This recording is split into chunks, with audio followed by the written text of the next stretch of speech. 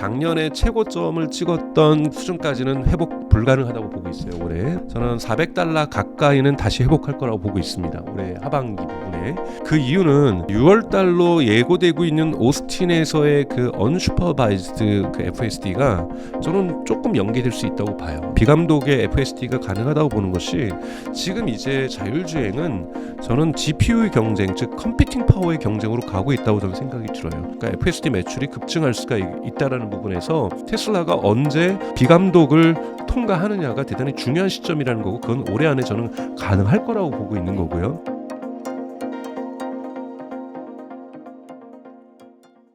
안녕하세요. 인터뷰 진행을 맡은 카프카입니다. 오늘은 강정수 박사님 모셨습니다.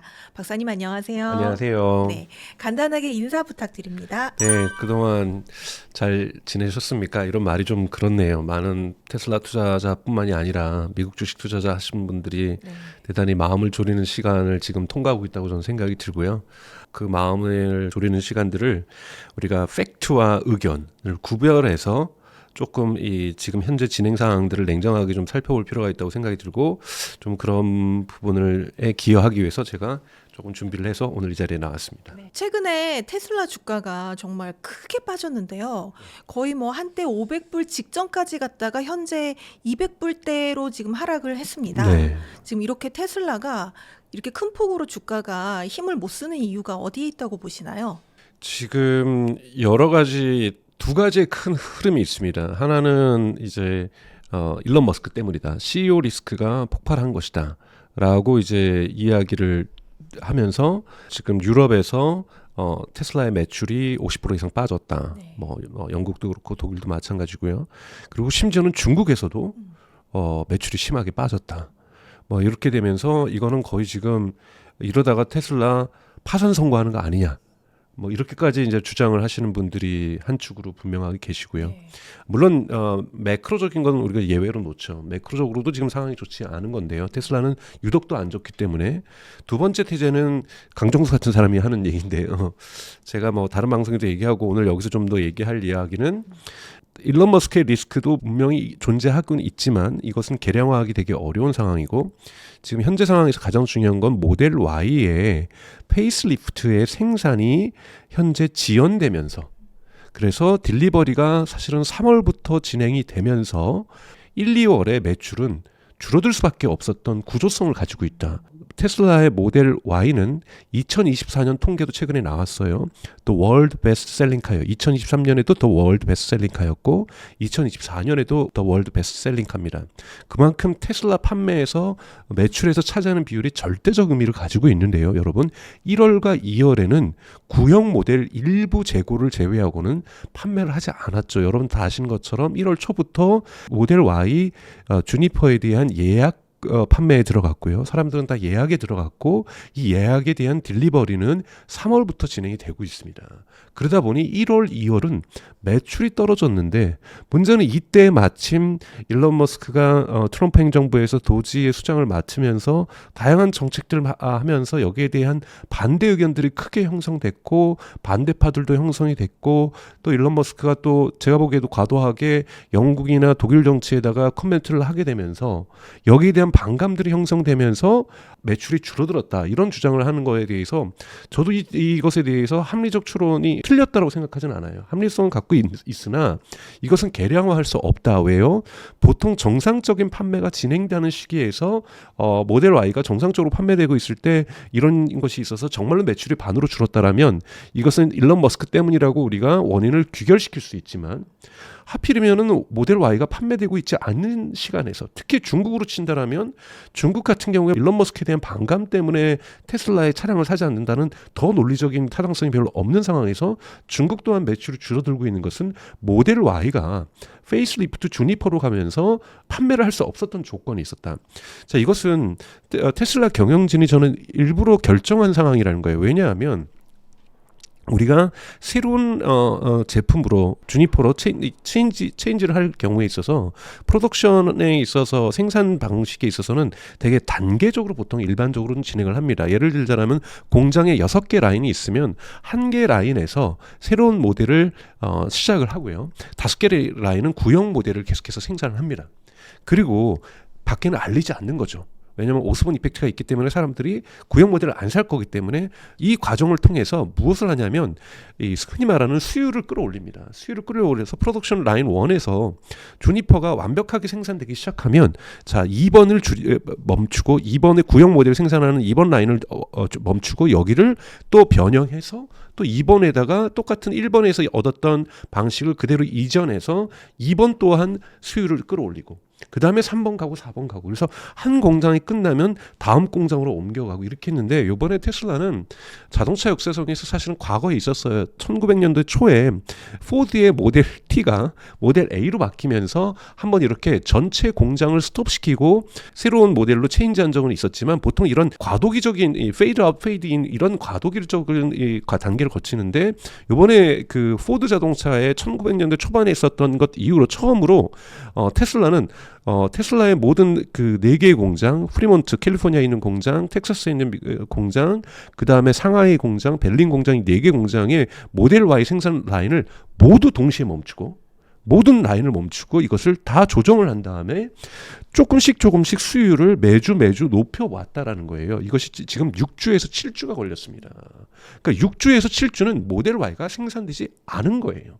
그럼 그 이후부터 생산됐던 것들을 모아서 지금 2월 마지막 주, 3월 첫 주부터 배송을 나라마다 좀 다르게 해서 시작을 했다라는 거죠. 이렇기 때문에 사실은 경영진들이 이것은 3분기, 3월까지 아무리 배송이 되더라도 3월 달까지 해도 1분기 실적을 포기했다라고 볼 수가 있는 거죠. 이거는 테슬라 경영진들의 고의적이고 의도적인 결정이었고 이거는 주가를 하락시킬 수밖에 없는 요인을 가지고 있다라는 거죠. 이런 부분에서 저의 주장은 이것은 테슬라 경영진들이 쉽게 얘기해서 I don't care. 주가에 나는 관심 없어. 어차피 초기에 도지 행정부가 들어서고 트럼프 행정부의 어떤 정책들이 관세 정책들이 불명확성들이 아직 투명해지지 않는 가운데에서 뭐 판매 매출 올리는 것도 쉽지 않을 뿐더러 그러니까 그런 가운데 그런 상황 속에서 아예 그냥 테슬라의 판매 차량마저도 이렇게 다운시켜 버리면서 어느 정도의 비판과 주가 하락에 대해서 저는 방임했다라는 생각까지 들 정도예요. 이렇게 지금 가고 있으면서 주가가 지금 빠지고 있는 거고 저는 200불대 초반까지도 빠질 가능성이 더 있다. 왜냐하면 1월, 2월, 3월을 다 합쳐서 1분기 실적을 언제 발표합니까? 우선은 딜리버리 숫자는 4월 1일 날이나 4월 2일 날 발표할 거 아니에요. 그때 또 사람들 충격받겠죠. 요것밖에 못 팔았냐. 라고 할 거고 또 4월 말에는 1월, 2월, 3월에 1분기 실적을 발표할 때가 있을 텐데 거의 재앙 수준에 가까울 거예요. 그러면 4월 말까지는 테슬라의 주가가 올라갈 수 있는 아무런 펀더멘탈의 변화가 없습니다.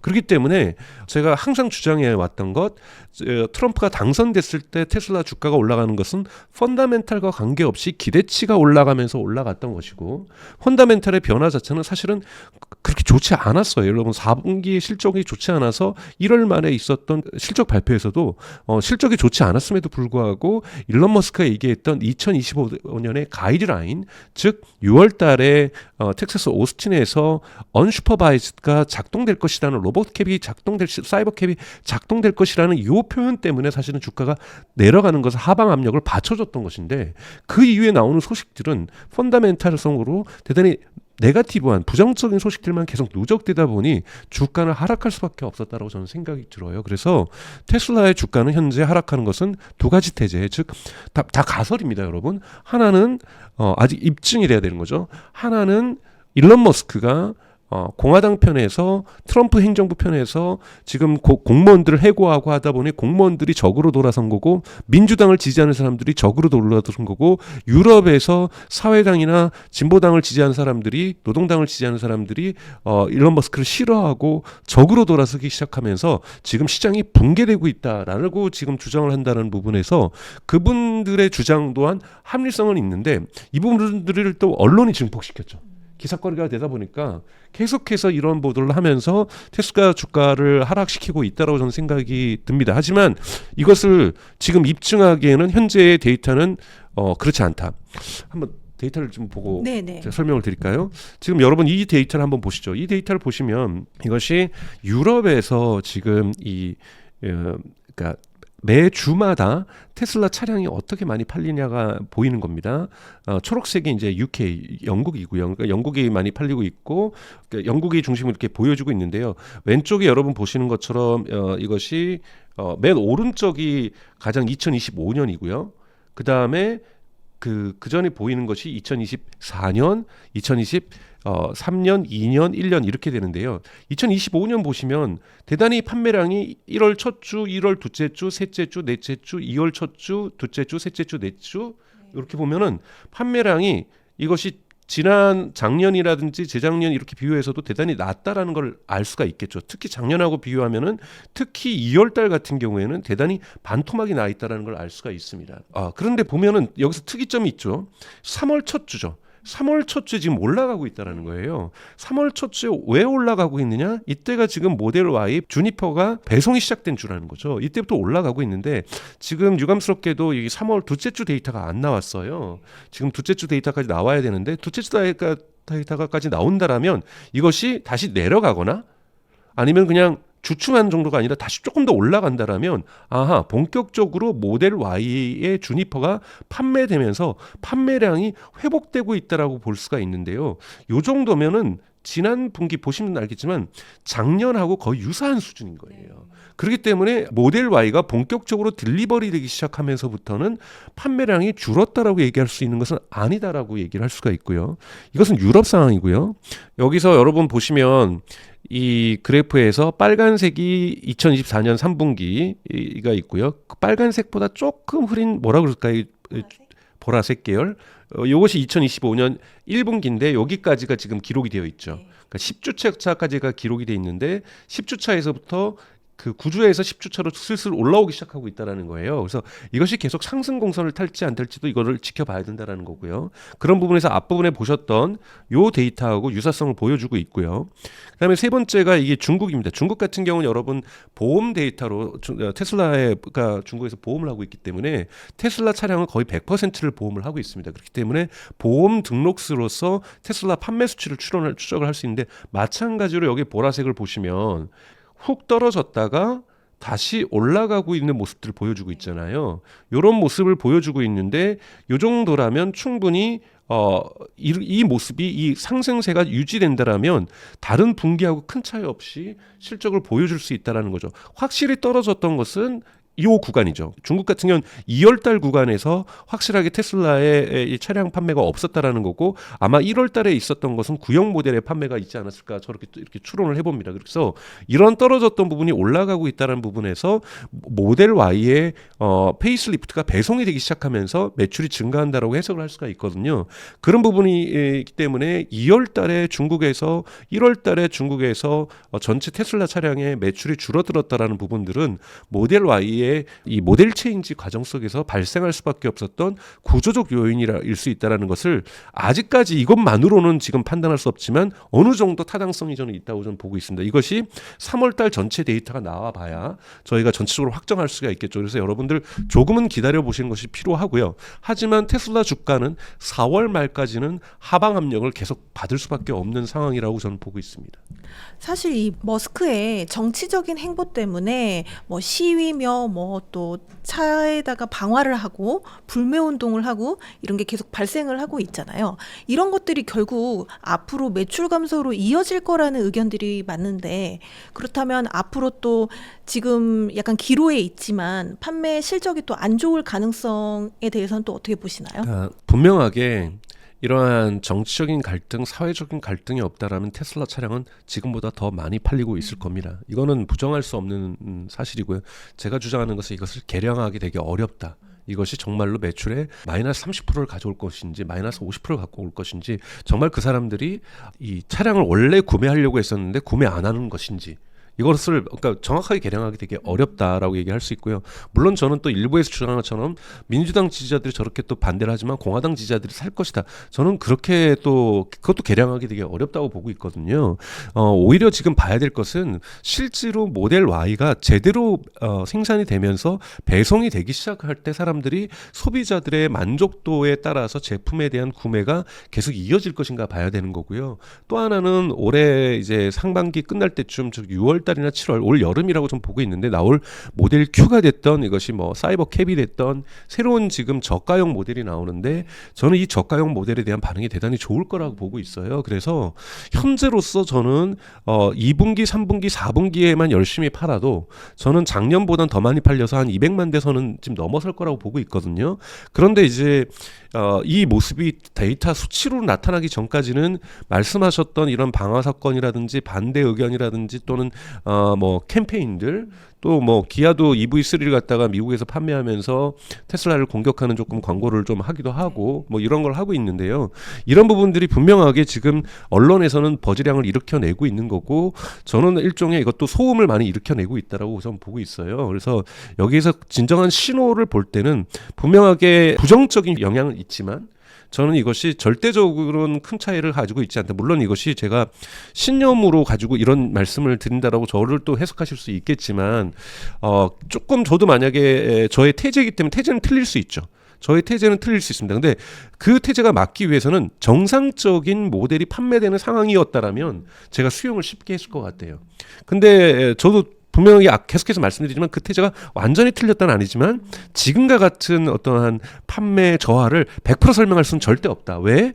모델 Y가 지금 주니퍼가 판매되고 있었다라면 1, 2월에 그것이 100% 설득이 될 텐데 판매되지 않았던 상황이기 때문에 저는 설득이 되지 않는 거고 제가 그래서 주장하는 건 좀 더 지켜봐야 되겠지만 모델 Y가 본격적으로 시장에 풀리면서 제품에 대한 시장의 평가까지 나온 이후에도 계속해서 판매량이 올라가지 않는다라면 그분들의 주장이 100% 맞다. 그 맞을 가능성을 완전히 배제하지는 않지만 그렇다고 해서 저는 완전히 동의하기는 어려운 상황이다. 지금에서는 이렇게 말씀을 드리는 겁니다. 네. 뭐 사실 중국 시장에서도 이 모델 Y를 좀 저가형 모델로 지금 가격에 한 20% 정도 더 싸게 생산비를 좀 낮춰서 생산을 하겠다. 뭐 네. 내년부터 기가팩토리 3에서 이제 본격적으로 양산하겠다 이런 말도 있던데 이런 게 좀 테슬라에게 전환점이 될 거라고 보시나요? 그렇죠. 지금 테슬라가 작년부터 계속 얘기하고 있었던 것은 뭐 1000만 대까지 팔겠다. 2030년까지. 이 목표는 포기했지만 지금의 180만 대 양으로는 되지 않는다. 그래서 이걸 단계적으로 상승시켜서 300만 대까지는 끌어올리겠다라고 지금 이야기를 하고 있는 거잖아요. 그런 부분에서 지금 사실은 전문가들의 시장의 기대치는 2025년에 230만 대에서 250만 대 사이를 기록을 해줘야 돼요. 그건 이제 성장률이 한 25%에 30%까지 나와줘야 되는 거거든요. 근데 그것은 지금 현재의 모델 포트폴리오, 모델 3와 모델 Y를 갖다가 아무리 페이스리프트를 해서 하일랜드라든지 그 다음에 주니퍼를 내놓는다고 해서 모델 3와 모델 Y의 새로운 페이스리프트를 내놓는다고 해서 이것이 달성될 수 있는 수치가 아니라 시장에 지금 특히 중국의 자동차들이 중저가로 밀고 나오면서 이렇게 공세적으로 나오는 상황에서는 중저가형 테슬라 차량이 반드시 필요한 거고요. 이거는 과거 일론 머스크도 얘기해 왔던 거죠. 모델 3와 모델 Y의 저가 버전도 만들 거다.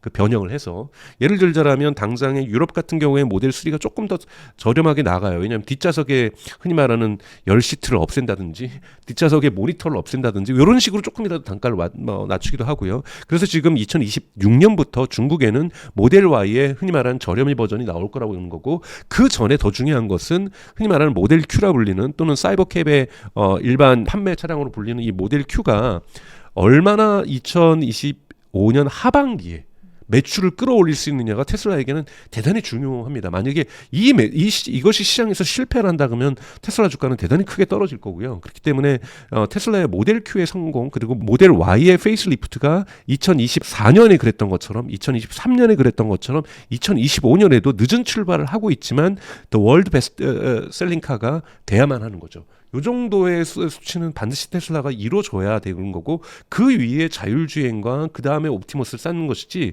이것 자체가 안 되면 제가 항상 강조하지만 인스톨 베이스죠. 깔려있는 차량이 많으면 많을수록 특히 신차일수록 테슬라의 언슈퍼바이즈 비감독하에 FSD가 작동할 수 있는 하드웨어 4가 깔려있기 때문에 이 신차들이 많이 팔려져야 FSD의 시장성들이 만들어질 수가 있는 거기 때문에 신차 판매는 테슬라에게 매우 중요하다고 저는 보고 있습니다. 네. 일론 머스크가 최근에 X에 테슬라의 수익률이 향후 5년 내에 1000% 증가할 거다 이렇게 올렸더라고요. 글을 현실 가능성이 좀 있다고 보시나요? 일론 머스크는 그런 얘기를 항상 자주 하죠. 중장기적으로는 일론 머스크가 저는 말에 뭐 틀린 적은 별로 없다고 보지만 곧 된다 이런 얘기는 한 번도 저는 믿은 적은 없거든요. 근데 일론 머스크가 이제 그런 건 뭐냐면 조금 원래 일론 머스크가 조금 허풍이 좀 있습니다. 근데 저는 거짓말을 한다고 생각하지 않아요. 최소한 테슬라와 관련해서는 정적인 발언에서는 제가 평가를 안 하겠습니다. 정적인 발언에는 분명하게 제가 보기엔 비판받을 게 너무 많을 거라고 저는 생각이 들고요. 테슬라와 관련해서는 예를 들면 1000% 수익률 당연히 뭐 낼 수 있죠. 지금 대단히 빠르게 에너지 부분에서 ESS 부분에서 메가팩이 판매가 지금 많이 되고 있고 또한 그 공장을 지금 여러분도 아시는 것처럼 상하이 공장을 지금 가동을 시작을 했고 또 이번에 발표를 한 것은 텍사스에 또 짓겠다라는 거잖아요. 메가팩 수요가 너무 커서 그래서 텍사스에 또 짓겠다고 지금 증설을 하겠다고 얘기를 한 거고 이렇게 되면 에너지 부분에서의 사업 수익률은 대단히 좋기 때문에 가고 있는 거고 여기에 또 자율주행이라고 하는 FSD의 언슈퍼바이즈가 붙을 경우에는 대단히 높은 수익률을 구가할 수가 있기 때문에 수익률 상승은 저는 충분히 가능하다고 저는 생각이 들어요. 현재 이대로만 나아간다라면 다만 여기에 지금 일론 머스크가 만들고 있는 것은 정치적인 변동성들을 너무 심하게 만들고 있다는 부분에서 사실은 위험성이 전혀 없는 건 아니다라고 저는 말씀을 좀 드리고 싶어요. 그래서 저는 계속 저희 성정길 TV에서 제가 말씀하지만 테슬라 주식에 위험성 없는 건 전혀 아니다. 네. 이거는 항상 제가 그래서 이거는 좀 심리적으로 약하신 분들은 테슬라 투자에서는 전혀 안 된다. 그래서 왜냐하면 중간에 포기하게 되면은 차라리 기회비용 생각해서는 다른 거 투자하는 게 훨씬 낫거든요. 그렇기 때문에 그러신 분들은 하는 거를 지금 이미 들어오셨다라면 상당히 좀 괴로운 순간이지만 계속해서 공부하시면서 언제쯤 엑시트를 하셔야 될지를 고민하셔야 되는 거고 이렇게 남들 던질 때 같이 던지는 것 저는 아니라고 보고 있어요. 그리고 지금 사실은 제가 데이터는 안 갖고 왔지만 테슬라는 지금 아니지만 전체 미국의 S&P 주식이 지금 많이 내려갈 때 많은 사람들이 지금 이것이 하락의 시작이냐 아니면 하락의 끝이냐 뭐 이런 논쟁이 있죠. 근데 보통 우리가 두 가지 머니를 투자금을 보통 개인 투자와 기관 투자를 갖다가 하나는 왜 그렇게 이름을 지었는지 모르겠지만 기관 투자는 스마트 머니라고 하고 그다음에 이제 개인 투자를 덤프 머니라고 하는데 지금 스마트 머니는 대단히 많이 사고 있고 덤버니가 지금 거의 매도하는 분위기잖아요. 그래서 지금 이것이 X자를 그으면서 크로스하고 있는데요. 스마트폰인 지금을 대단히 구매 적기라고 보고 있는 거죠. 이런 부분도 여러분 보실 필요가 저는 있다라고 생각이 듭니다. 네. 그렇다면 테슬라 투자하시는 분들 또 테슬라에 관심 있으신 분들이 올해 어떠한 이벤트들을 좀 눈여겨보면 좋을까요? 크게 봤을 때 제가 정말 이런 주가 얘기는 안 하는데 항상 댓글에서 비판을 받아서 강정순 주가 안 하는 얘기 안 하는 게 훨씬 더 낫다. 그래서 저도 동의하고요. 네. 저는 그래도 얘기를 하려고 해요. 욕을 먹더라도. 그러니까 저의 지금 분석과 예측에 제가 공부한 거에 따름에 기초하면 저는 작년에 최고점을 찍었던 그러한 수준까지는 회복 불가능하다고 보고 있어요. 올해 불가능하지만 저는 $400 가까이는 다시 회복할 거라고 보고 있습니다. 올해 하반기 부분에. 그 이유는 6월 달로 예고되고 있는 오스틴에서의 그 언슈퍼바이즈드 그 FSD가 저는 조금 연기될 수 있다고 봐요. 근데 맥스 연기돼도 뭐 8월 말이나 9월 말 정도로 될 거라고 보고 있는데 저는 충분히 그것이 그 비감독의 FSD가 가능하다고 보는 것이 지금 이제 자율주행은 저는 GPU의 경쟁, 즉 컴퓨팅 파워의 경쟁으로 가고 있다고 저는 생각이 들어요. 알고리즘도 지금 어느 정도 완벽해졌고 데이터도 완벽해졌고 이제 계속해서 지금 슈퍼컴퓨터 도조를 갖다가 확장하고 있고 그리고 여기에 X.AI에서 만들었던 그록이 붙게 되고 그다음에 피지컬 AI가 붙게 되면서 대단히 지금 FSD의 퍼포먼스가 S커브가 이렇게 급상승하고 있는 구간을 지금 지나고 있거든요. 이런 부분이 된다라면은 이 S커브가 올해 중반 정도 되면은 완벽하게 버전 14가 나오면서 저는 버전 14에서 언슈퍼바이즈가 가능할 거라고 보는 거고요. 버전 14가 지금 또 중국에서도 테스트를 하고 있잖아요. 중국에서도 데이터가 계속 모여지는 거고 중국에서 FSD가 계속해서 퍼포먼스가 올라가고 이렇게 된다라면 저는 14 가는 건 올해 안에 가능할 거라고 보고요. 자율주행에 누가 먼저 터치다운 하느냐. 지금은 웨이모가 하고 있지만 웨이모는 제가 항상 얘기했지만 결이 다르다. 그거는 규모의 경제로 가고 있는 것이 아니라 제한된 차량을 가지고서 도시를 천천히 확장해 간다라면은 테슬라는 이 터치다운을 하게 되면 그 순간 규모의 경제로 일순간에 풀리는 구조를 갖고 있기 때문에 저는 이 부분과 관련해서는 대단히 매출적인 부분에서도 그러니까 FSD 매출이 입증할 수가 있다라는 부분에서 테슬라가 언제 비감독을 통과하느냐가 대단히 중요한 시점이라는 거고 그건 올해 안에 저는 가능할 거라고 보고 있는 거고요. 그리고 에너지 부분이 건실하게 성장해 줄 거라고 저는 보고 있기 때문에 이 두 가지가 가장 큰 이벤트라고 생각이 들어요. 물론 추가적으로 옵티머스가 한 2,000대 정도를 올해 안에 뭐 공장에 투여한다고 하겠지만 아직 이거는 R&D 차원에서 시범 생산이기 때문에 이거 자체가 펀다멘탈의 근본적인 변화를 가져올 거라고는 보진 않아요. 그러나 심리적으로 저 같은 사람은 거기에 혹하지 않지만 또 심리적으로는 또 뉴스에서 떠들고 이야기되면서 테슬라에 대한 성장에 대한 기대치가 또 만들어지게 된다라면 이 부분들이 긍정적인 요소로 작용할 수는 있겠죠. 하지만 네거티브한 부분도 분명하게 존재하죠. 네거티브한 부분은 세 가지입니다.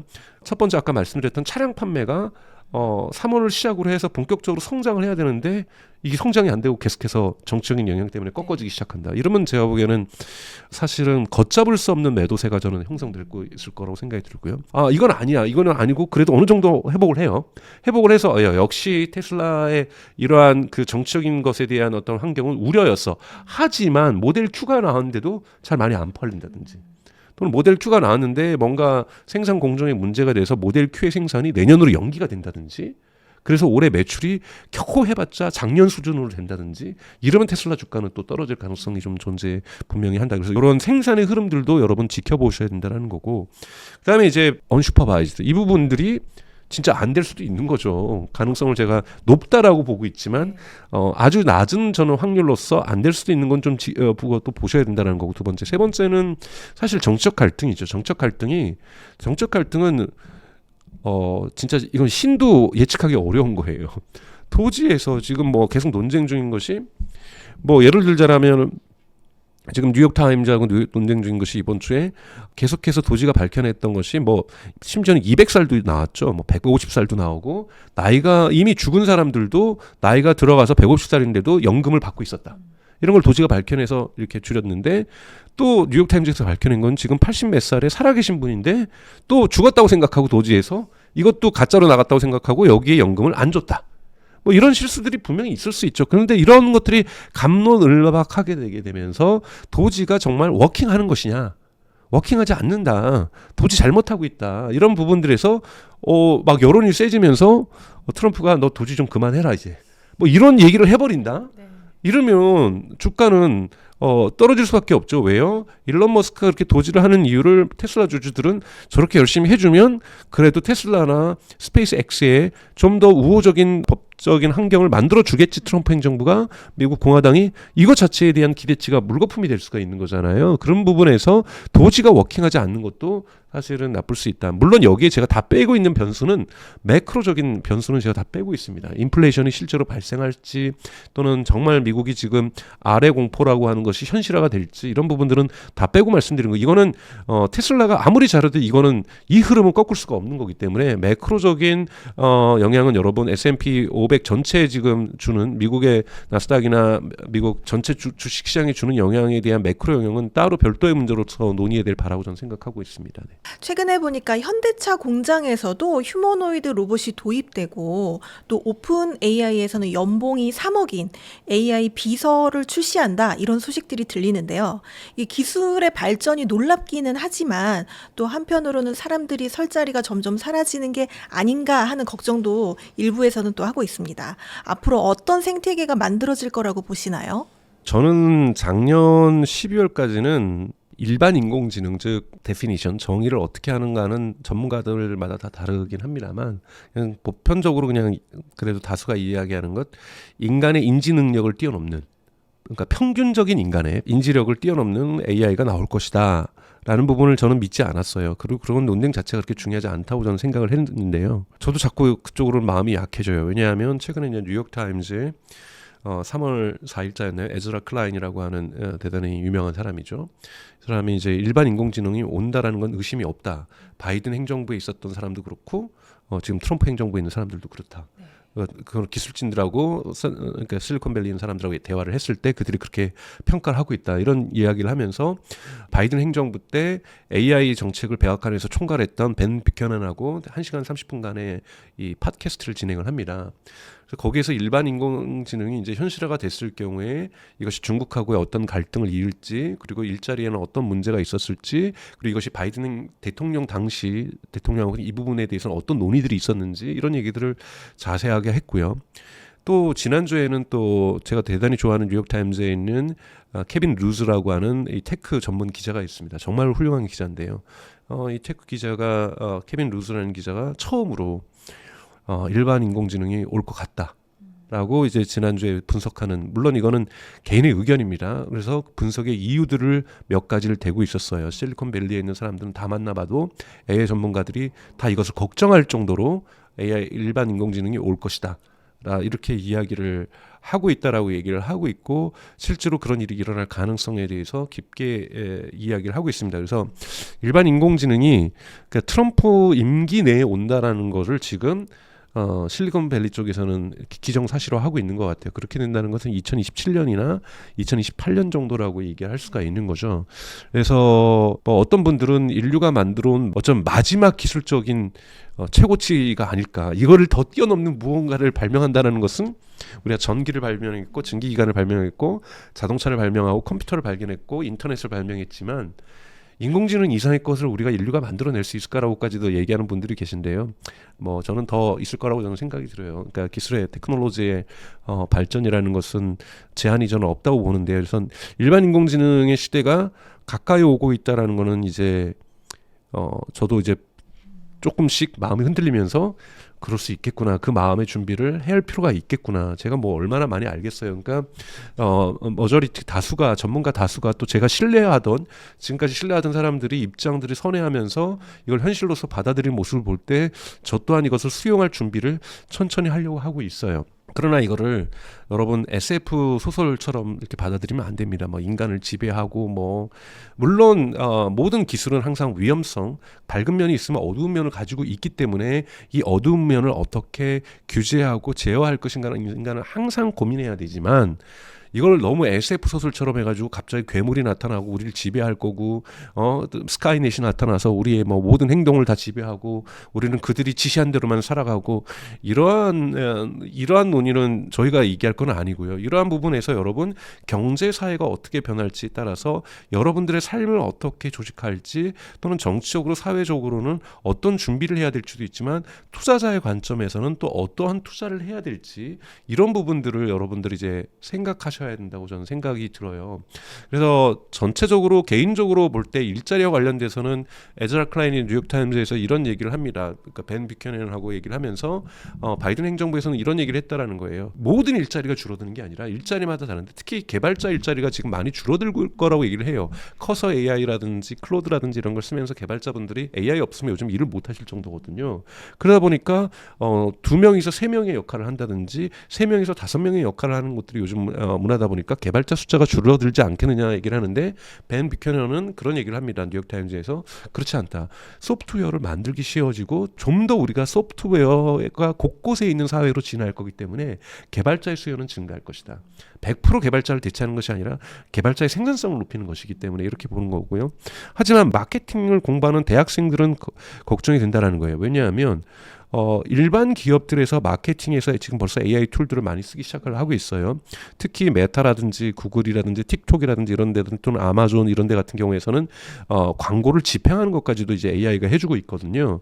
그래서 이런 부분에서 흔히 말하는 에이전트나 에이전시나 마케터의 역할이 줄어들고 있는데, 대기업에서는 쉽게 기존의 관행들을 없애지는 못할 거라는 거예요. 그러나 마케팅 에이전시의 스타트업들이 생기는데, 여기에는 한 명이서 6개 AI 시스템을 만들면서 한 명이 6명이나 7명이 하던 일들을 대신하게 될 가능성이 높다는 거죠. 근데 이런 업체들과 경쟁력이 생기면 전통적인 마케팅 에이전시들이 힘을 발휘하지 못할 수가 있다. 그래서 이들이 붕괴될 가능성은 있다. 그래서 전체적인 어떠한 재교육, 이런 부분들이 필요할 수 있다라는 부분들을 바이든 대통령과 이 벤 뷰캐넌이 대화를 나눴다라는 부분들을 이렇게 소개를 하고 있더라고요. 그런 부분에서 분명하게 그런데도 얘기하는 게 뭐냐면, 구체적으로 그래서 AGI가 오면 무엇이 다 바뀔 건지는 아무도 예측할 수가 없다. 그래서 지금 예측한다는 것 자체가 다 기본적으로 가설이고 이 가설을 증명해 줄 수 있는 근거는 거의 제로에 가깝다.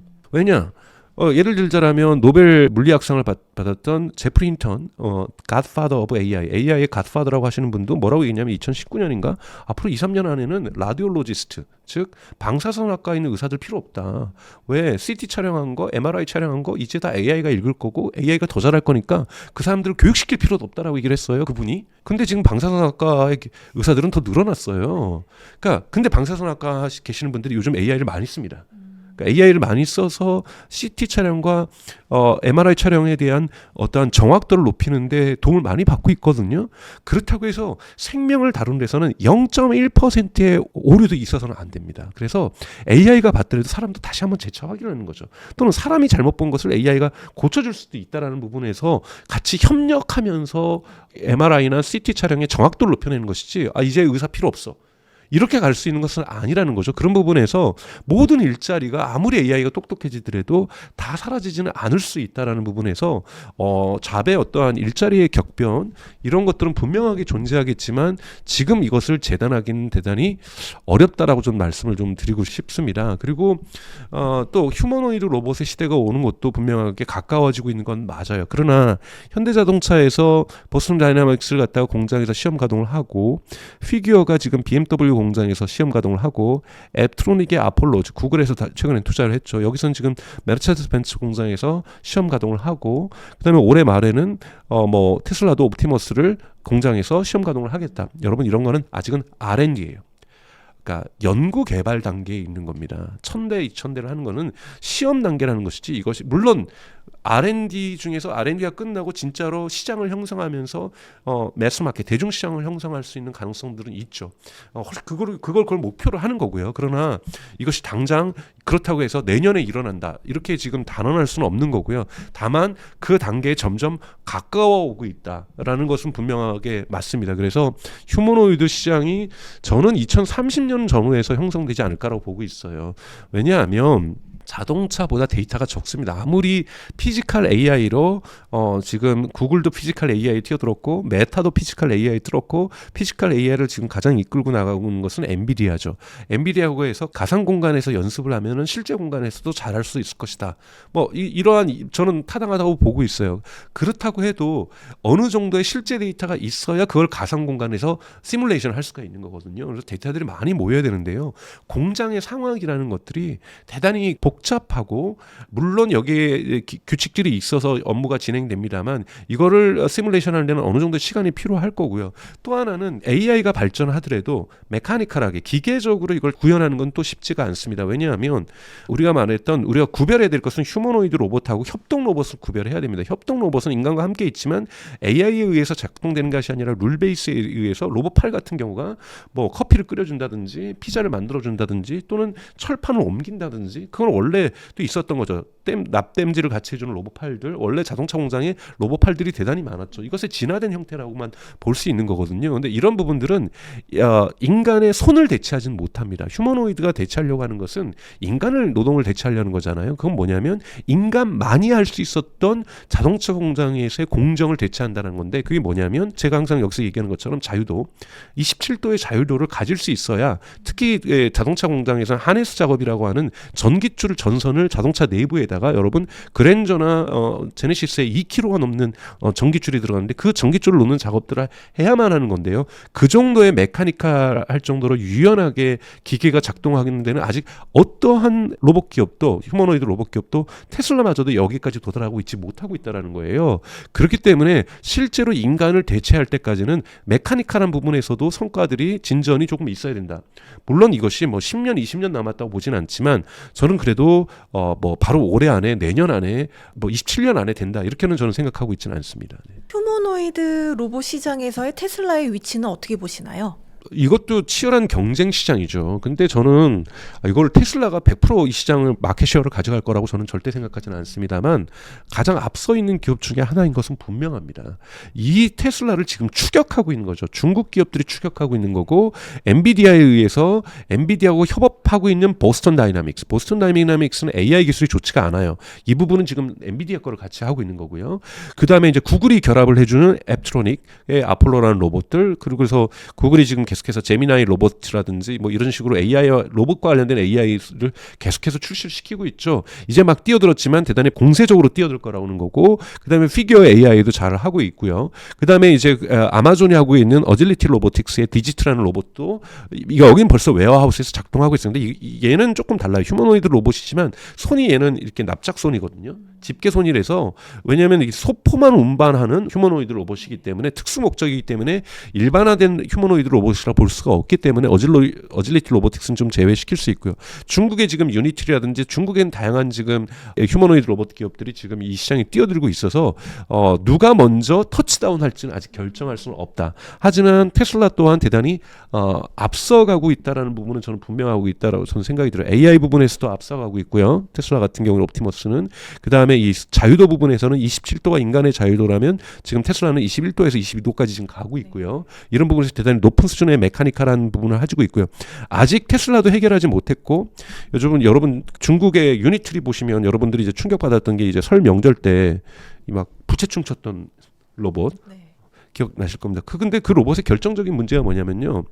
배터리 시간이 2시간이에요. 2시간 배터리로는요. 공장에서 일할 수가 없습니다. 휴머노이드 로봇은. 그 로봇마저도 2시간입니다. 여러분 보스턴 다이나믹스는 몇 시간일 것 같으세요? 보스턴 다이나믹스도 절대로 2시간 넘지 못합니다. 아직 테슬라의 옵티머스도 2시간 넘지 못해요. 테슬라의 옵티머스도 왜냐하면 배터리를 탑재할 공간이 대단히 작거든요.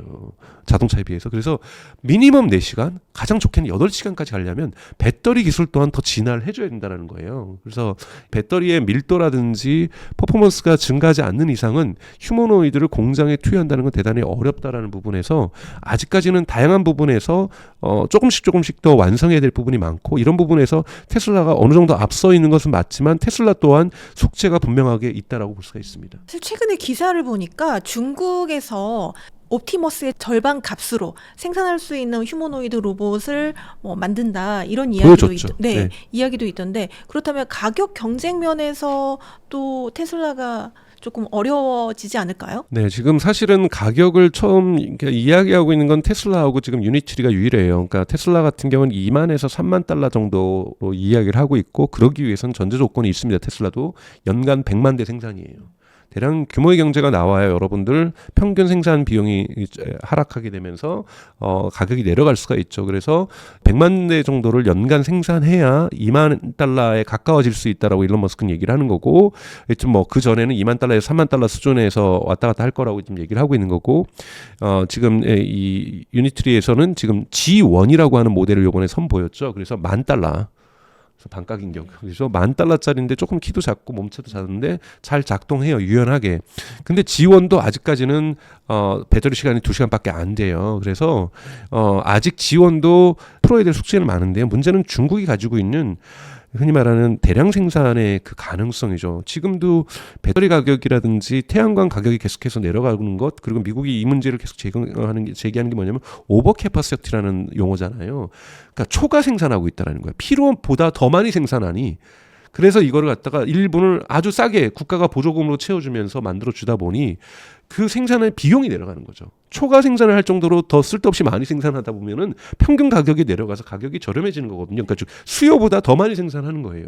그런데 이것이 왜 문제가 되냐면 다른 나라에 있는 업체들의 가격은 예를 들면 유럽에 있는 뭐 태양광 파넬 업체들 다 부도 처리되는 거잖아요. 유럽에 있는 배터리 기업들 부도 처리되는 거예요. 도대체 그 가격을 못 맞추는 거거든요. 그런데 중국이 휴머노이드 로봇의 시장에서 오버캐퍼시티 전략을 취할 수가 있습니다.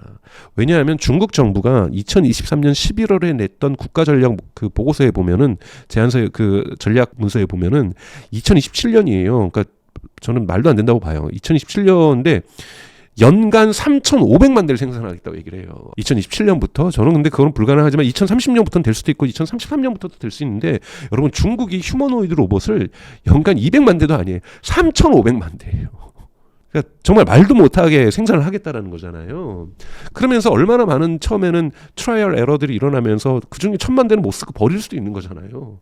뭐 그렇게 하더라도 3,500만 대를 중국 공장에다 집어여서 왜요? 중국은 $10,000를 해줘야 의미가 있는 것이 이 정도 생산해서 가격을 낮춰야 되는 것이 항상 휴머노이드 로봇은 그 나라 시장에서 최저임금보다 저렴해야 됩니다.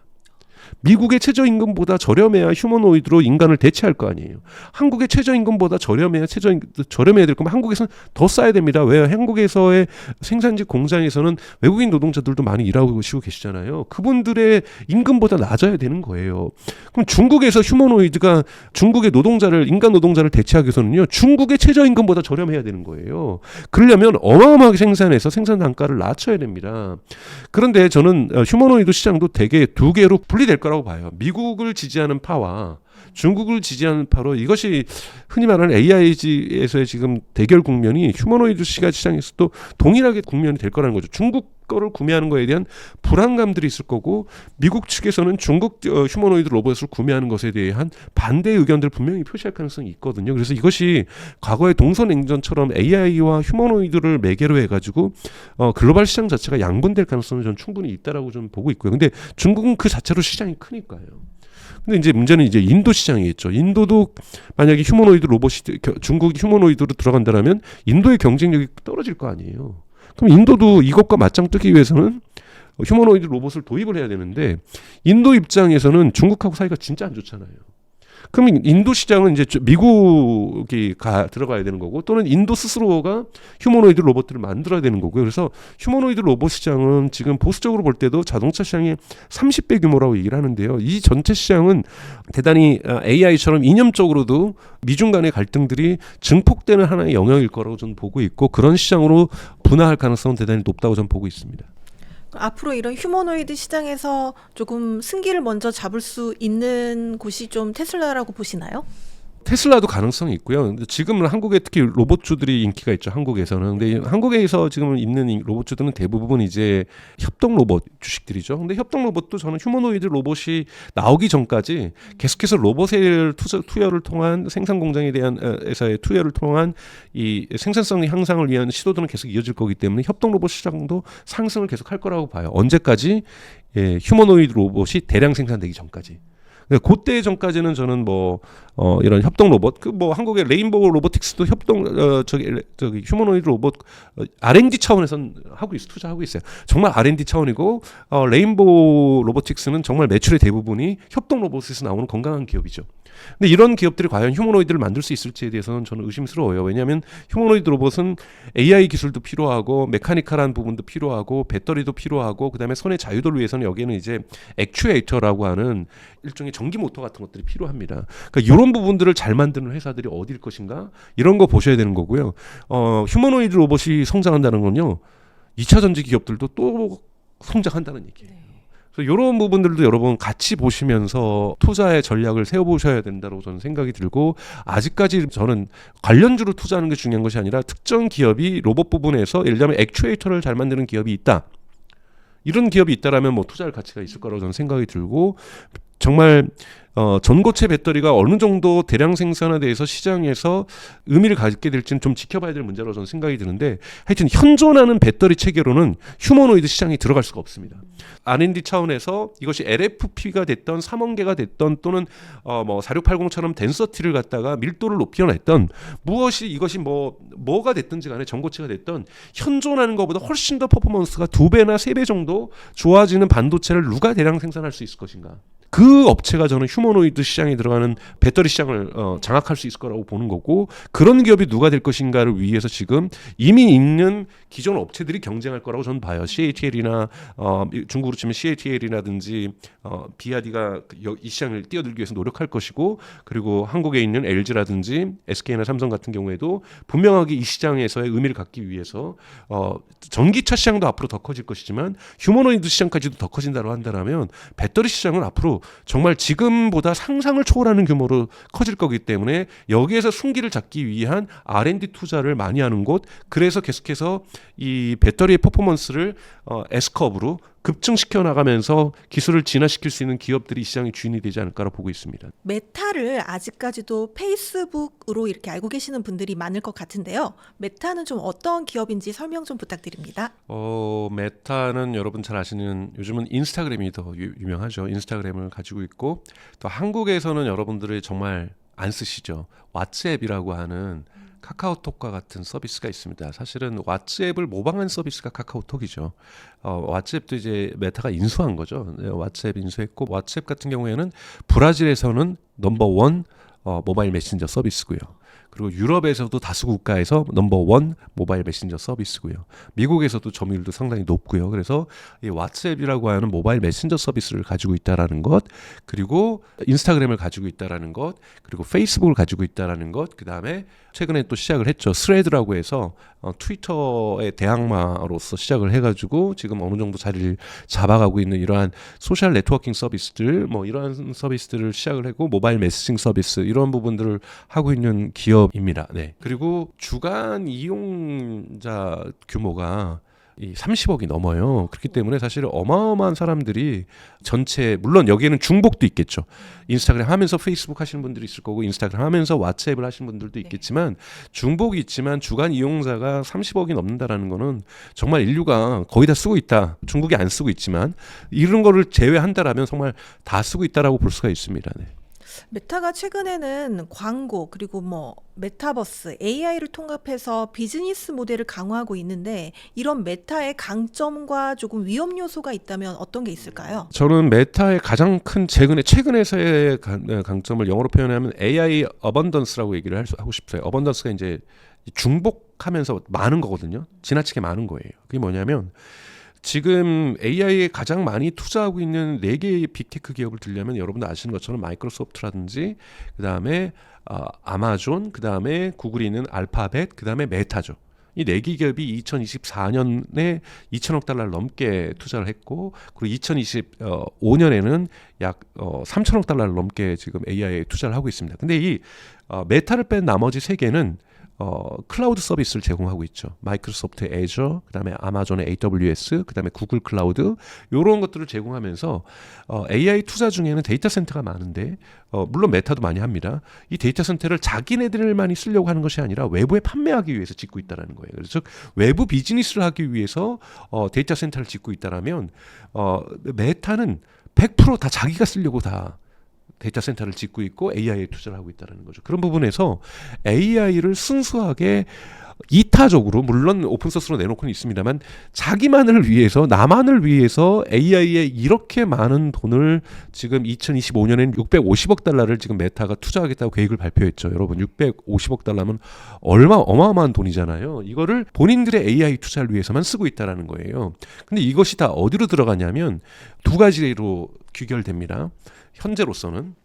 첫 번째는 지금 2023년, 2024년에서 메타의 매 분기별 광고 매출이 크게 성장하고 있죠. 네. 여러분, 메타는 전체 매출에서 광고가 차지하는 비율이 90%입니다. 그러니까 광고 회사죠. 일종의 광고가 90%라는 건데요.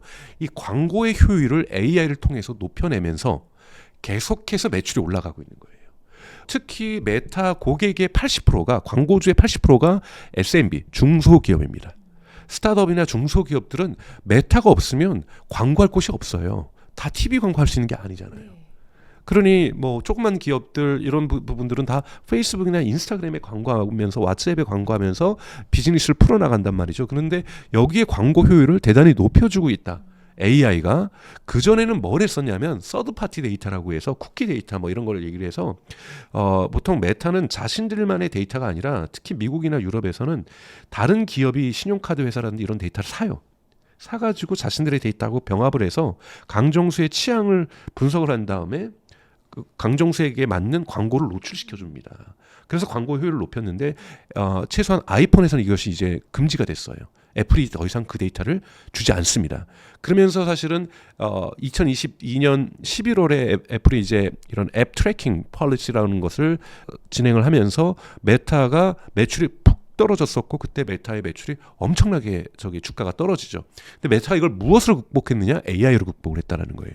그래서 AI에 대한 투자가 광고 매출의 광고의 정확성과 광고의 효율성과 광고의 전환율들을 높여내면서 이 광고 매출을 끌어올리는데 많은 기여를 하고 있다. 이런 부분들이 긍정적으로 저는 작용하고 있다라는 거고요. 두 번째는 이제 메타버스에 그 메타가 그렇게 집중했던 것, 그래서 회사 이름도 페이스북에서 메타로 바꿀 수밖에 없었고 메타버스에 올인했던 것은 메타의 CEO 창업자이기도 하죠. 주커버그가 가지고 있는 트라우마 때문이라고 볼 수도 있어요. 2025년, 22년 말에도 애플한테 당했죠. 갑자기 애플이 통보를 한 거죠. 물론 사전 통보는 했지만 더 이상 서드파티 데이터는 못 가져가 라고 선언하니까 페이스북하고 인스타그램은 갑자기 광고 효율성이 떨어진 거예요. 즉 종속되어 있는 거예요. 나름대로 자기도 어깨 좀 힘 좀 들어는 빅테크인데도 애플과 구글에 종속되어 있는 겁니다. 즉 스마트폰의 OS가 정책을 바꾸면 메타나 인스타그램은 정책을 바꿔줘야 되는 거죠. 기업의 운명이 바뀌는 거죠. 그렇기 때문에 이 종속성으로부터 벗어나고 싶은 거예요. 그러기 위해서는 즉 스마트폰이 아닌 다른 무언가의 폼 팩터라든지 하나의 디바이스라든지 다른 공간이 필요했는데 메타버스가 그것이 될 거라고 생각을 했던 거죠. 그러면서 메타버스에 올인할 수 있었던 과도한 올인은 애플과 구글로부터 받던 종속성에 대한 트라우마가 전 어느 정도 작용을 했다라고 보고 있어요. 그런데 이러한 부분들이 R&D 차원이 다 쓸모 없었던 건 아니죠. 최근에 지금 메타가 집중하고 있는 것이 작년부터 지금 잘 되고 있는 것이 레이방하고 발음이 맞는지 잘 모르겠어요. 그 선글라스 업체. 그 레이방하고 같이 하고 있는 이 AI 선글라스가 지금 대단히 AI 안경이죠. 지금 시장에서 반응이 좋습니다. 이런 부분들이 좀 지나가기에는 좀 시간이 필요했던 거예요. 과거에도 구글도 AI 글래스 만들면서 여기 카메라 달고 히키코모리들이 쓸만한 이런 것들 들고 나왔죠. 왜냐하면 그렇게 나와버리면 막 남들 막 사진 찍고 막 이러면 특히 여성들이 얼마나 공포감에 절겠어요. 저 사람이 날 촬영하는 건지 아닌지 모르고 뭐 이렇게 이런 것도 될 수 없었고 이런 것들이 대부분 잘 안 되는 이유가 애플의 비전 프로도 잘 안 되는 이유가 이 배터리 문제예요. 즉 칩이 훌륭하게 발전하지 않으면 그러한 고기능들을 담보하기 위해서는 칩이 좋아야 되는데 칩이 좋기 위해서는 발열이 날 수밖에 없는 거고 발열이 날 수 있다라는 거는 벌써 배터리가 많이 쓰인다는 거고 오래 못 가서 지금 애플의 비전 프로도 뭐예요? 허리에다 차고 다녀야 되잖아요. 배터리를. 안경 끼고 다니는데 배터리 차고 다닌다? 히키코모리 아니면 그거는 오타쿠 아니면 이거는 우리가 설명이 안 되는 거잖아요. 그렇기 때문에 뭔가 사람이 스마트해 보이는 게 아니라 뭔가 좀 멍청해 보이잖아요. 그런데 요즘 기술이 좋아지면서 칩 기술이 점점 좋아지면서 AI 정도를 탑재하는 것, 오픈 AI에 AI를 탑재를 한다든지 또는 뭐 클로드를 탑재한다. 메타는 당연하게 여기다 메타가 가지고 있는 라마라고 하는 것을 탑재를 시키고 있죠. 이런 걸 탑재하는 것 정도까지는 견뎌주는 거예요. 여기에다가 막 실감형 막 뭐 집어넣고 뭐 이머시브하게 뭐 집어넣고 이런 걸 안 하고 AI가 그냥 안경으로서 내가 보는 세상을 AI가 같이 보면서 AI의 특징 중에 여러분 뭐가 있습니까? 거대 언어 모델의 특징 중에 멀티모달이라는 것이 있죠. 저랑 대화할 수 있고 제가 보는 것을 같이 볼 수가 있다는 거예요. 이걸 보는 것을 해석해 주고 있고 심지어는 요즘은 제가 보는 음식마다 뭐까지 가능하냐면 메타의 그 레이방은 칼로리까지 탁탁 나와요. 너가 먹으려는 칼로리 얼마야?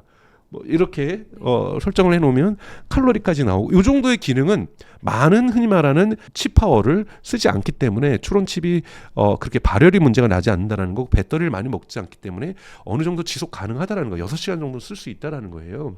이런 부분들이 기술이 진화하고 올해 내년 정도에는 더 기술이 진화한다면 우리가 일상적으로 우리가 스마트워치를 쓰듯이 스마트 안경을 쓰게 되는 시대로 곧 진입할 거라고 보는 거고 저는 여기에 가능성이 있다라고 보는 거고 메타가 대단히 집중하고 있는 것이 여기입니다. 이런 부분에 대해서 투자자들이 긍정적으로 좀 평가를 하고 있다. 즉 실패로부터 그래도 배울 줄 아는 기업이다. 네. 그리고 그것을 AI에 올인하면서 오히려 큰 성과를 내고 있는 기업이라고 저는 메타를 긍정적으로 평가를 하고 있습니다. 앞서 말씀해 주신 것처럼 그 메타버스에 1차적으로 이제 실패했다라는 평가들이 많기는 한데 여전히 뭐 확장현실이나 가상현실 여기에 대규모 투자를 좀 하고 있는 걸로 알고 있습니다. 투자자로서 이렇게 메타버스에 좀 다시 주목을 해야 될까요? 투자를 하고 있어요. XR이라든지 이런 거는 기본적으로 메타가 꾸준히 이제 가져가는 건데 이제 가장 중요한 것은 올인이냐 아니냐. 그러니까 거기에서 그걸 담당하고 있는 리얼리티 랩스라는 곳이 있는데요. 그것이 이제 가지고 있는 위치가 과거에는 그러니까 거의 CEO 다음으로의 그 회사에서의 지위를 갖고 있었다면 이제는 그냥 보조해주는 역할을 가지고 있는 거고요. 저는 XR이라든지 뭐 메타버스 이런 거는 계속해서 연구해야 될 부분이지만 지금 당장에 돈을 벌어다 줄 수 있는 부분은 저는 아니라고 저는 생각이 들어요. 그런 부분이기 때문에 저는 AI는 지금 현재 매출을 만들어낼 수 있다는 부분이죠. 왜? 광고에서 우선 우리 회사에게 레비뉴, 매출을 만들어주고 있는 거고요. 그리고 이것이 요즘 어느 정도까지 요즘 여러분 진행되고 있냐면 광고주 입장에서 조금씩 진행되고 있는데 지금 미국에서는 더 많이 하고 있어요. 뭐냐면 메타가 제공하고 있는 것은 크리에이티브 어드밴티지라고 해가지고 그게 뭐냐면 과거에는 지금도 있어요. 그러니까 처음에 시작했던 거는 제가 제품의 기본 사진하고 그 제품에 대한 설명서만 하면은 광고 소재를 메타가 자꾸 만들어줘요. 요즘 그건 구글도 해주고 아마존도 해줍니다. 그러면은 우리 카프카님이 만약에 똑같은 제품이라도 들어갔을 때 그 광고 소재와 광고와 제가 들어갔을 때 광고가 동일 제품도 달라질 수가 있어요. 네, 그렇겠네요. 왜? 그 강정수가 좋아하는 것에 맞춰주는 거죠. 네. 패턴에 패턴에 맞춰서 광고 소재는 그 시기에서 everyone 모든 사람들이 보는 광고가 다 달라질 수 있습니다. 동일한 제품에 대해서 이거를 메타가 거의 비용 제로로 한계 비용 제로로 광고주들에게 만들어주겠다라는 거예요. 그래서 이 서비스를 지금 제공하고 있고요. 심지어는 캐스티파이 같은 데 같은 경우에 좀 아이폰 케이스 같은 경우죠. 정적인 사진 이미지를 올리면 이거를 릴스로 만들어준다든지 이런 거를 AI가 해주고 있어요. 이런 광고 소재를 갖다가 사람 패턴에 맞게끔 취향에 맞게끔 관심사에 맞게끔 다양하게 만들어주는 것도 지금 메타가 해주지만 그것도 돈을 안 받습니다. 네. 조건은 메타의 광고를 한다는 조건. 두 번째는 뭐냐면 이걸 어디에 노출할 건지. 누구에게 노출할 건지. 그걸 지금까지는 흔히 말하는 퍼포먼스 마케팅이라고 해서 바깥에 있는 외부 에이전시들 전문 기관에서 해줬는데 이제는 그거를 메타의 AI가 해줍니다. 아직까지는 이 성능이 100% 만족스럽지는 않다고 얘기를 하고 있어요. 지난주에 이제 월스트리트저널에서 이와 관련된 보도가 나왔는데 지금 미국에 있는 기업들 같은 경우에는 전체 예산 중에서 20%를 이렇게 AI에게 맡기고 있다고 그래요. 구글이나 메타나 아마존에게 맡기고 있는 거거든요. 그런데 2030년 정도 되면은 아마 100%로 갈 거라고 시장 전문가들은 예측을 하고 있습니다.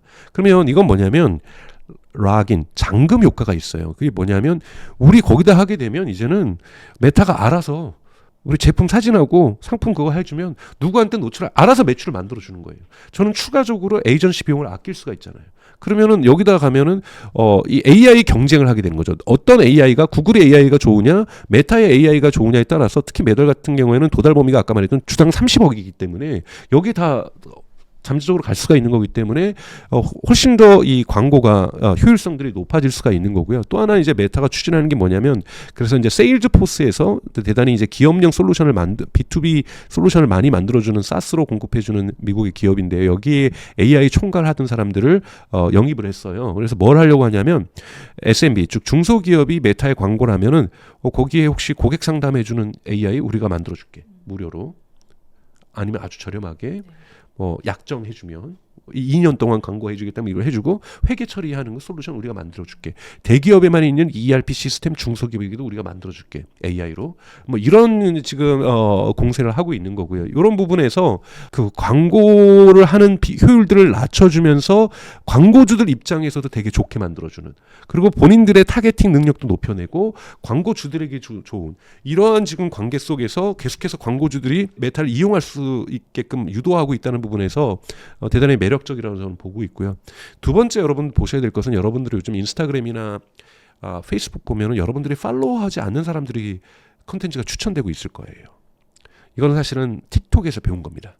틱톡은 여러분 기본적인 소셜 네트워킹 서비스가 아니라 내가 팔로잉하는 사람이 아니라 기본적으로 추천을 기본으로 가죠. 요즘 x.com 들어가셔도 팔로잉하는 사람이 아니라 그냥 AI가 추천해주는 걸 먼저 보게 해주는 구조가 되거든요. 틱톡이 그걸 먼저 실험했고 이거 정말 잘 먹혔어요. 그래서 사람들이 내가 여기에 보면서 즐거우면 되는 거지 내가 꼭 내 지인이 뭘 올리는지 이젠 관심 없는 거예요. 이게 스토킹 플랫폼도 아니고 그래서 나는 내가 내 시간이 즐거우면 되는 거지 누가 올리는 거가 중요한 건 아니다. 이것이 틱톡이 만들어온 패러다임의 전환이거든요. 마찬가지로 여러분들이 요즘 유튜브 쇼츠에서 보시는 것처럼 여러분들이 팔로우하지 않고 구독하지 않는데도 나오잖아요. 근데도 그 시간이 즐거운 거고 심지어는 너무 많이 봐서 문제가 되는 거잖아요. 중독되는 거잖아요. 그래서 여러분 지금 메타에서도 계속해서 인스타그램과 페이스북의 이 비율을 높여가고 있습니다. 근데 계속 적절한 비율로 높여가려는 이유가 뭘까요? 사람들이 자꾸 메타나 저 같은 경우는 인스타그램에 컨텐츠 한 3년에 한 번 올려요. 근데도 매일매일 들어가 보거든요, 인스타그램을.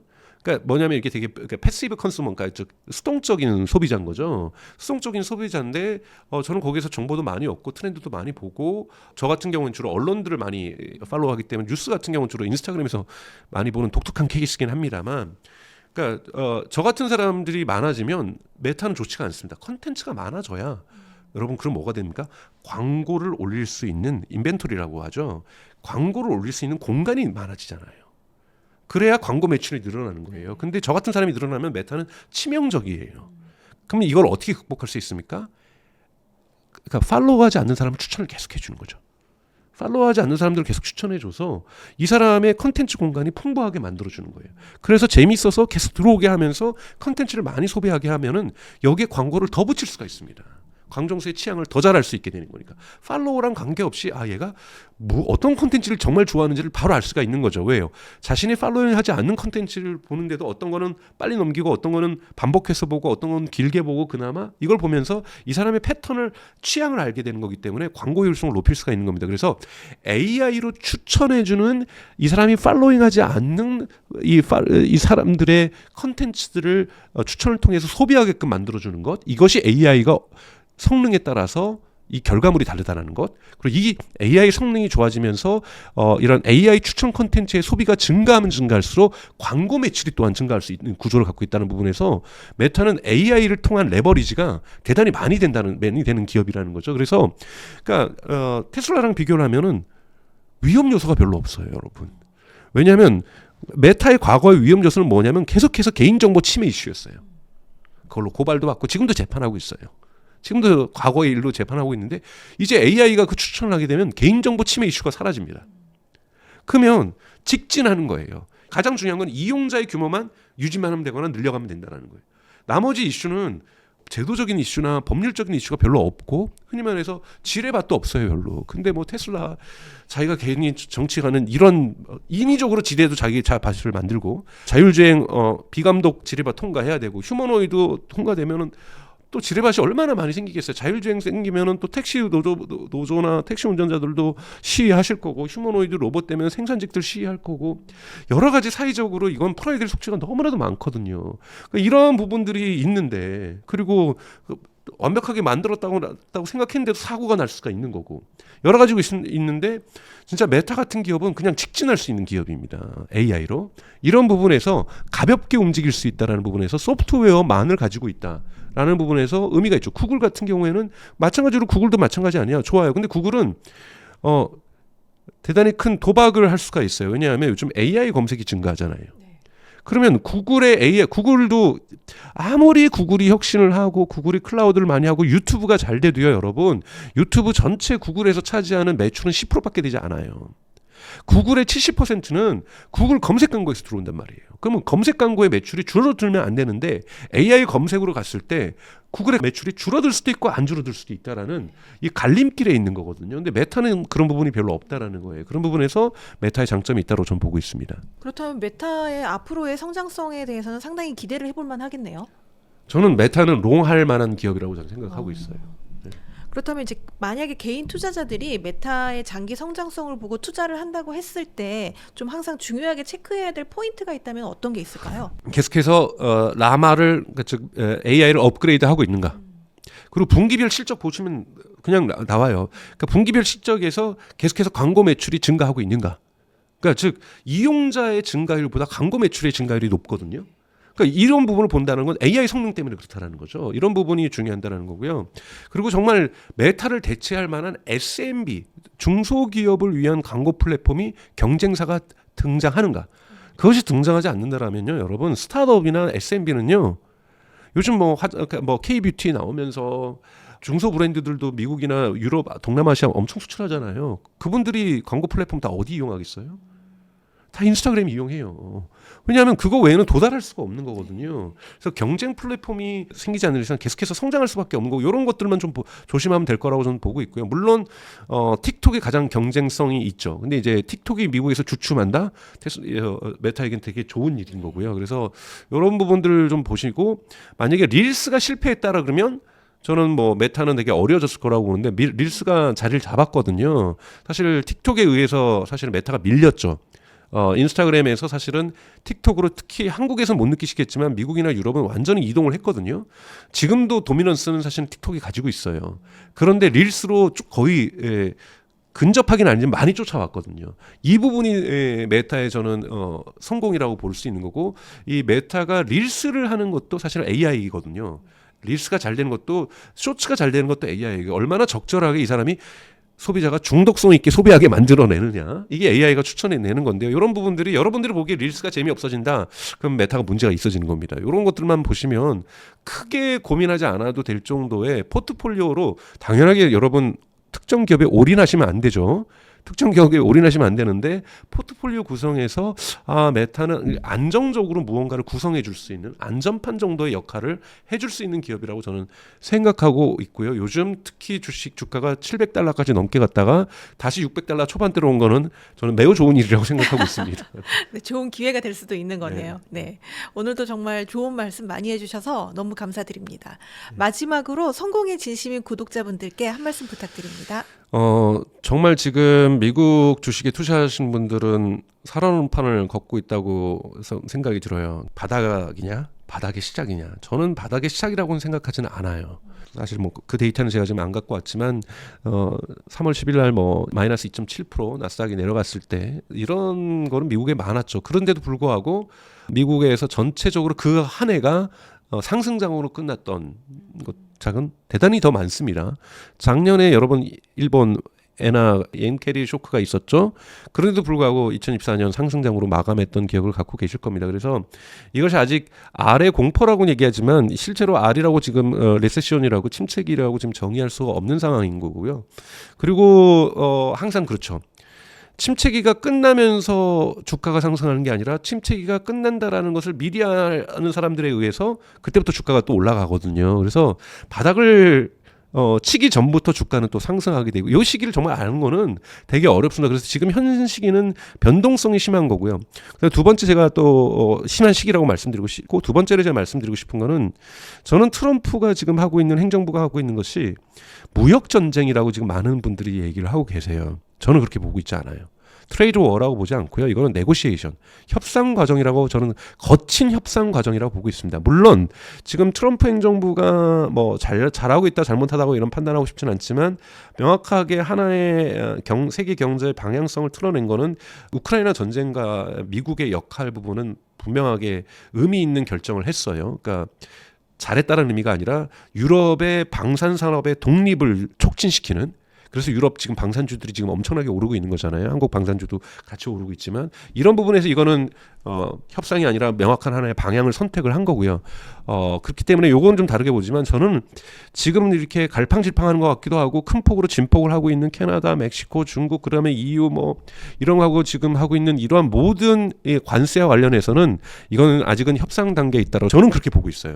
그건 여러분들은 무역 전쟁으로 보실 수가 있는 거고요. 그거는 어떤 태제를 갖고 이걸 보느냐에 따라 다른데 저는 이거를 아직은 협상이라고 보고 있는데요. 그렇기 때문에 이 불확실성은 곧 여름이 가기 전에는 끝날 수 있다라고 저는 생각이 듭니다. 여름 이후까지 무역 전쟁이란다고 한다면 이 피해는 올해 말 내년까지도 가게 되면서 미국이 경기 침체로 들어갈 수 있지만 저는 경기 침체로 가기 전에 이 부분은 끝날 거라고 저는 생각이 들어요. 그렇기 때문에 다른 요인에 의해서 경기 침체가 올 수는 있겠지만 관세에 의해서 인플레이션이 오면서 또 페드가 이자율을 상승시키고 이러면서 진짜 막 말도 안 되는 극한 상황으로 가지는 저는 않을 거라고 보고 있기 때문에요. 저는 바닥의 시작이라고 생각하지는 않습니다. 그래서 이거 다른 데 가서 한 말이 아니기 때문에 끝에서 이런 말 그래서 여러분들을 위해서 저의 생각을 그냥 말씀드리기 때문에 여러분들 당연히 저하고 의견이 다를 수가 있죠. 그럴 때는 댓글로서 저를 비방하셔도 좋지만 댓글로 의견 남겨주시면 제가 읽어보고 또 의견 또 다음번에 와서 말씀드리고 하겠습니다. 네, 감사합니다. 고맙습니다. 네.